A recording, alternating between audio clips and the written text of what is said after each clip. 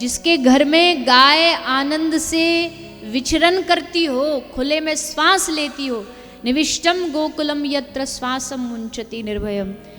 अनुशासन पर्व महाभारत में कहा गया, जिस स्थान पर गाय निर्भय होकर श्वास लेती है ना, वहां चारों ओर देवताओं का वास होता है, वहां देवता निवास करते हैं।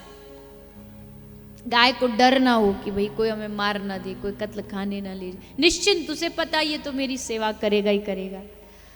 उस स्थान पर देवताओं का वास होता है। तो सबसे निवेदन कि आप सब गाय की सेवा करो। और गाय जब बूढ़ी हो जाती है, उसको भी, बूढ़ी गाय को आजकल बड़ा बुरा ये चला हुआ है कि जब गाय दूध नहीं देती तो उसको जा कर के किसी कसाई को बेच देते।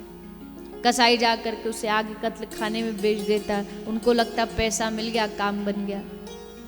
पर पहली बात तो देखो ये है कि गाय कभी भी अनुपयोगी नहीं हो सकती।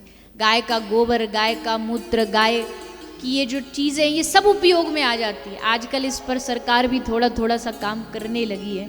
वैसे तो बहुत बड़ी मात्रा में होना चाहिए ताकि किसानों को भी थोड़ा जागरूकता मिले, पर चलो थोड़ा ही शुरू हुआ तो गाय के गोबर से क्या क्या चीज़ें बन सकती है, गाय के मूत्र से कितनी सारी औषधियाँ, गौमूत्र, आजकल बड़े बड़े जो डॉक्टर होते हैं ना, वो भी सुझाव देते हैं कि दवाई तो ले रहे हो पर उसके साथ साथ रोज रोज गौ अर्क लिया करो, उससे जो भी आपकी शारीरिक बीमारी है उसमें आपको लाभ होगा, फायदा होगा।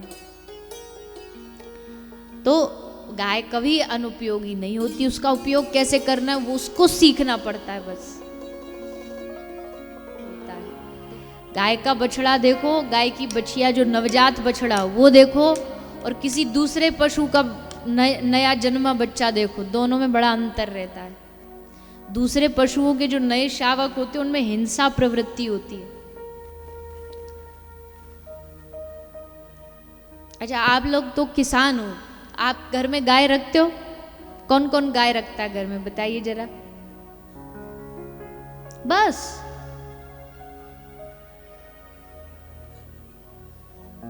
दूध किसका पीते हैं? भैंस रखते हैं? अच्छा, भैंस कौन कौन रखता है? एक। किसका दूध पीते हैं? थैली का? थैली का दूध पीते हैं?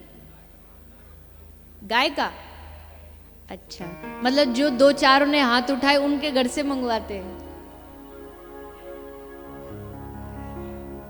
थैली वाला। जर्सी? अच्छा, जर्सी गाय रखते हैं। अच्छा, जर्सी गाय किस किस के घर में बताओ जरा। लो, ये भी गिने चुने 3-4।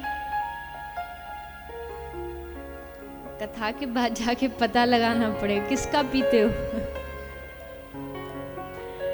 यहां तो जवाब दे नहीं रहे।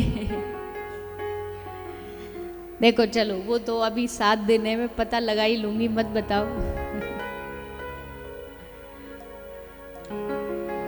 ये हालत तो शहर में होती है, शहर वालों को बेचारों को पता ही नहीं होता, क्योंकि वो बाजार वाला थैली का दूध आता है, वो बेचारे जानते ही नहीं गाय है, बछड़ा है, बछिया है, किसका है, पता ही नहीं उनको। जो मिल जाए रुपया से थैली का वो पी लेते। पर देखो, पहली बात तो ये, आप लोग तो कतई भी बहाना बना ही नहीं सकते जी कि हम घर में गाय कैसे रखे, हमारे घर में तो जगह नहीं है, हमारे तो ये नहीं है। आप तो कृषक हैं, और कृषक का तो प्रधान जो साधन होता था वो गौवंशी होता था। आज के ज़माने में किसानों ने भले वो ट्रैक्टर ले आए हों जुताई के लिए, सब अपने खेती बाड़ी के लिए, पुराने समय में तो गाय बैल इन्हीं से खेती होती थी। किसानों की पहचान ही बैल हुआ करते थे। पर आज वो सब खत्म हो गया। अब ट्रैक्टर आएगा तो उसका डीजल पेट्रोल भी खूब महंगा। देखो, पेट्रोल के दाम बढ़ते जा रहे, डीजल के दाम बढ़ते जा रहे। सरकार से फिर हम रोते हैं कि जी ऐसा हो गया, वैसा हो गया। क्यों? क्योंकि हमने अपने खुद के घरों से, और फिर उसका परिणाम क्या हुआ? उसका परिणाम ये हुआ कि जितना धन खेती के लिए भी तो जितना धन चाहिए वो मिलता नहीं, उससे इतना पैदावार होती नहीं, और फिर जाकर के भारत में देखते हैं कि किसान जाकर के आत्महत्या कर लेता है। अब इस सब का जड़ क्या है? इसका जड़ यही है कि जो कृषक थे, जो किसान थे, उन्होंने ही अपने घरों से गाय को निकाल दिया। अब जब घरों से उनके गाय निकल गई, दूसरे खर्चे बढ़ते चले गए, और जहां गौवंश होना चाहिए था, गाय बैल होने चाहिए थे, वो रहे नहीं। धन की तंगी आई, कर्जा बढ़ता चला गया, और परिणाम देखो। तो इसके परिणाम को जो हम भुगत रहे हैं, इसका कारण भी हम ही हैं। इससे बचने के लिए जरूरी है, चलो बाहर शहरों में रहने वाले तो कोई कोई बात मानता, कोई कोई नहीं मानता, और कुछ होगी, मजबूरी भी होती है कैसे घर में गाय रखे। पर आप तो जितने यहाँ बैठे हो ना, हर एक के घर में गौ माता होनी ही चाहिए। आपके घर में गाय नहीं होगी तो ऐसा समझो जैसे शरीर में प्राण न हो। सुविधा है, स्थान है, माहौल है, फिर क्यों हम घर में गाय नहीं रखते? अरे घर में गाय रखो, गाय का शुद्ध दूध पियो, गाय का घी खाओ। ऐसे स्थान में भी अगर गाय नहीं रखेंगे तो फिर बाहर जो बड़े बड़े शहरों में रह रहे उनको शिक्षा कैसे मिलेगी? तो गाय कोई केवल ऐसा नहीं कि कोई पूजा का ही प्रतीक है, पूजा तो है ही है गाय के, वो हमारी पूज्य है, आराध्य है, पर गाय से लाभ भी बहुत सारे हैं।